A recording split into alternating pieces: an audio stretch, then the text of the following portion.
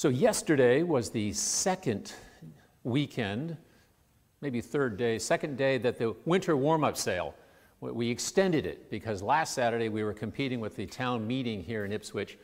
So, and we did a lot of traffic. I understand there were a lot of people who nevertheless came through, but there were still, we received so many articles of winter clothing, gently used, boots and scarves and coats and all sorts of goodies, all beautifully laid out down in the gymnasium. So yesterday, having extended it by a weekend, we had folks come in, and we might get a report later from Ralph Johnson and others about how all that went, but I know it went really, really well. Last weekend, I think it was last weekend, someone had left some stuff outside the door there in Boone Hall. It got rained on that overnight, and I thought, ooh, and Ralph came in, and I thought, I'll help Ralph kind of get these things out, shaked out and hung up, and in the midst of that, I happened to look over at one of the tables where they had laid out sweaters. And in the years past, we've done this about 14 years, I've picked up some really nice treasures for like $5, some nice tweed jackets, the whole bit. But I somehow wasn't inclined to be doing that this year, but I was down there, and I looked over at the table, and I went, ooh, sweaters, And I really didn't think, I didn't expect to find anything, and there was this one sweater that caught my eye, and it kind of wasn't my, my thing, but, well, I'll try it on. So I kind of held it up and looked it around, and the minute I had it on, I thought, ooh, all right, I'm going to buy this. I like this. It's not unlike this gospel, which I've come to again and again and again over many, many years. And the first time, perhaps for you as well, that you read this, you take it quite literally as a story that no doubt, very likely happened. That this son of, when you name a figure in a story, that kind of, grounds it a little more in reality and in history. And so Bartimaeus, son of Timaeus, is a blind beggar. Not always been a blind beggar, but because, later he says, give me my sight again. So something happened to him, we don't know what, but it caused him to be blind and dependent on people around him and unable to function fully as a human being. He's been literally sidelined. He sits on the side of the road and asks, for handouts, and he's kind of so I hear this story, fresh out of the gate and think, oh, 2,000 years ago this happened, blind beggar, good story. He gets inspired, he speaks up, they say, shh. He speaks up louder, which is kind of cool, and jumps up in front of Jesus, and boom, ba-doom, ba-doom, he gets his sight back. And so, hey, cool story, Jesus heals someone, let's, get on with it. So it's not a story I really was keen to pull off the table and try on, but having to preach that gospel for the first time some, many years ago, pulled it on, and the minute I had that story, blind Bartimaeus, beggar blind Bartimaeus on, I went, whoa. Because what hit me like a ton of bricks was a night when I was about 8 with my brother, and we were far, far away from home and feeling it, and it was at night. And we were homesick, and we were not alone. There were several other young boys at this camp, much like us, who were hurting. But no one was saying a word about it because you just held that stuff down. We're going to get through this. But my brother was crying out in the darkness. And I felt embarrassed. And I remember thinking, shh, to myself, don't, shh. But my brother cried out even louder. And I felt I was in this conspiracy with all the other boys in that dormitory trying to silence him, but he cried out even louder, and he got comfort. And when I try on that story, and all that came back to me, at the time, as I say, I was sort of embarrassed. He was actually my older brother. If anyone should be holding it together, it should be my older brother. I should be the one losing it. But it was him losing it. But then as I saw all of this back through the lens of this story, when I tried that on, I realized that I'm proud of my brother for not being silent, not allowing what was on his heart to be voiced. And so I took away, trying on that story for the first time, a real gift of how important it is to speak up. No matter how embarrassing, no matter how many of your friends are saying, shh, speak up. So it comes around again and again. Every, 3 years, if the lectionary brings this story. I love this story. And so I saw it, early in the week. I thought, oh yeah, the Bartimaeus story, right. Done that. What more can I do with that? Maybe I'll just leave it on the table, not even try it on again. But I did. So I grabbed it and I kind of put it on again. I went, whoa, again. And this time, it was about you and about me and about a world that is isolated and dark and sidelined and dependent on others. This world in which Bartimaeus lives doesn't want to be there. He's feeling confined. He has some memory that it wasn't always like this. And he wants to get back to what it used to be like. And he's not sure how to do that, but he's got an opportunity. He's going to seize that opportunity. Now, I'm thinking me now, not, a literal story that took place 2,000 years ago, not trying it on and bringing back memories of my brother, but now asking the question, if I see everything. I'm not blind, and I'm not sitting on the side of the road begging for anything. I'm not that guy. But am I? At a whole different, more painfully close to home way, have you lost the capacity to see beyond yourself? Bartimaeus was held captive, unable to see beyond himself. So as one thing leads to another, I was reading, I'd never heard of this guy, and his name is Douglas Harding. He died at 98, back I think 2011. Never heard of him. He's an Englishman. He was born to a highly conservative Christian family that was so suffocating that finally at 17 he just broke away, and he decided to study philosophy. And philosophy led to architecture.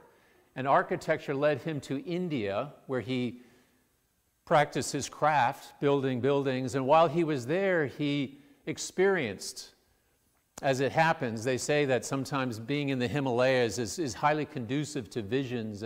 But he had insight, and he came back. And I swear to you, I have never read anyone who can distill it, who has distilled it so simply. So simply that I think, am I going to screw this up, trying to share it with others? And here it is.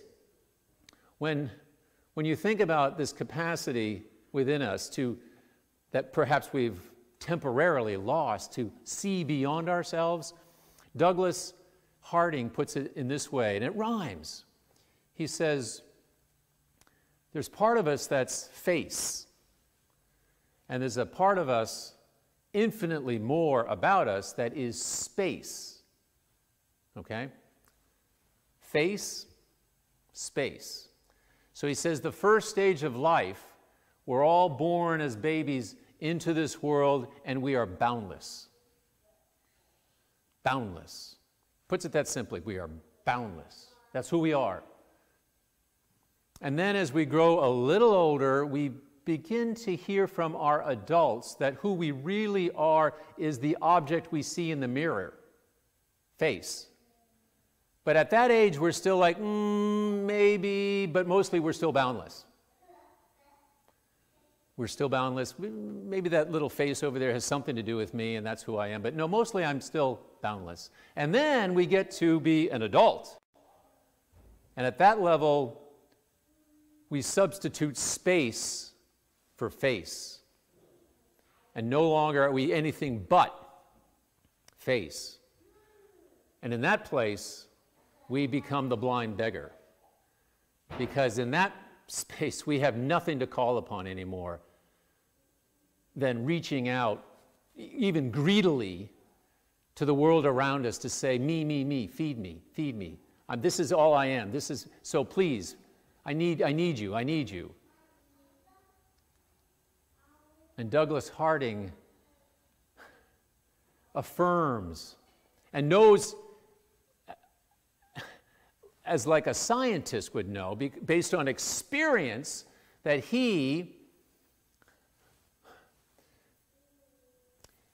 there's a website that has all of his information on it and all his writings. And the title, I thought, it's called God, I hope I get this right, The Headless Way. Headless Way. Apparently when he was in his, somewhere along the line, when he really began to have this kind of insight, he drew a self-portrait of himself. Now, think of a self-portrait. Mostly, we've got a mirror here and a painting, blank canvas here, and the artist says, well, I'm going to paint a self-portrait. So, all right, there's my nose, there's my eyes, and I'm going to do the whole self-portrait. No, Douglas Harding, his portrait, his self-portrait, if you look at it, you don't see a head. What you see is about here. He painted it sitting in a reclining chair, so all you see is this part of his lower body and his feet and the room around him. That's his self-portrait, because he knows himself to be space looking out at all of this and not a face.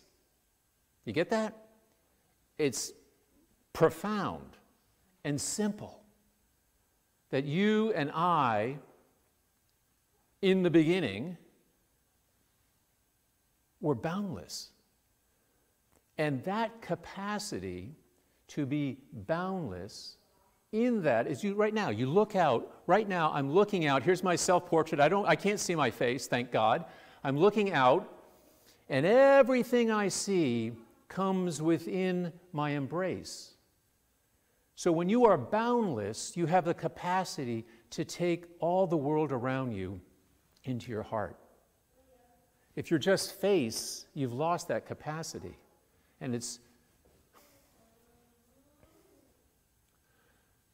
so we're beginning Stewardship Sunday, believe it or not. Snuck right up on you, I'm sure. This morning is our first Sunday of 4. In a moment, Adam Foley from our parish is going to say a few words, which I think is always the best part of the stewardship campaign. It goes for 4 Sundays, and every Sunday someone will be up here from the parish saying a few words about their connection with this parish. And when I think as a rector, when stewardship rolls around, it's like taking the stewardship sweater and putting that on and saying, okay, why are we doing this again? And how is it that we need every fall, like every other nonprofit out there, to go to its membership and say, hey, we really hope, we're grateful for your support in the past, and hoping that you'll sign on again to this life we have together as we move forward into 2022 and all those good things. But I, as rector, say, okay, no, again, let's not assume anything. Why are we doing this? And based on this gospel, on this Sunday, it occurs to me that we come together, and one thing that we can do for one another is to recognize in one another that we are more than a face, and that we can help one another call forth that boundless capacity within each of us to hold the world around us. So blind Bartimaeus, once he returns and has his vision back, his capacity, he goes on the way. The way isn't sitting on the sidelines. The way is stepping up with this person and walking in love with Jesus, so that stewardship, in my mind, the reason we do all this, the reason we have this lovely building, the reason we keep the lights on and ask for funds to pay for staff and mow the lawns, and why do we do all this? And now more than ever with COVID, could this all go away? Why are we doing this? And this Sunday morning I'm saying it's because we are more than a face, and we need to remind one another of that and call forth the capacity in each of us, this boundless capacity to get on the way and live true to who we are. Try that on for size. This is a safe place to say, I am more than a face. And And I need you guys to remind me of that, and I will remind you of that. And when we center ourselves as a child does, and as we can do again as adults. All right, one more image, okay? So, some years ago, I moved out to the Neck with Erica, and we've had a couple of parish picnics out there. And when the parish came out that first time, I was self-conscious. I mean, the house is a nice house, but more than anything, it has a view. And everyone says, ooh, you know, a view, and if you've got a house with a view, tack on about, you know, $500,000 more to the worth of that house because it's a view. What is it about a view? Why do we like a view? And I thought, should I feel guilty that we have a view? So I began to think about it. And here's my theory, and it goes hand in hand with Douglas Harding and what is in you and what is in me, that a view, we love to stand on a mountaintop and look as far as we can. We love to stand on the seashore and look out at the ocean as far as we can. And I see people down at Pavilion Beach drive out there with their coffee and they're doing nothing but looking at the view, and sometimes they take a nap because they feel so wonderful with it. I think that when you look out at vastness and it captures your breath, it's because it's speaking like nothing to who you are fundamentally. That it's mirroring back that you are as boundless as the view you are taking in. It's like seeing yourself in a mirror. That's the spirit, the breadth of who we are and all that we can bring to this life. If we can help one another recognize that, yes, there's a face, and I need that to interact, but that's so, so little of what it is that you are and what it is that I am.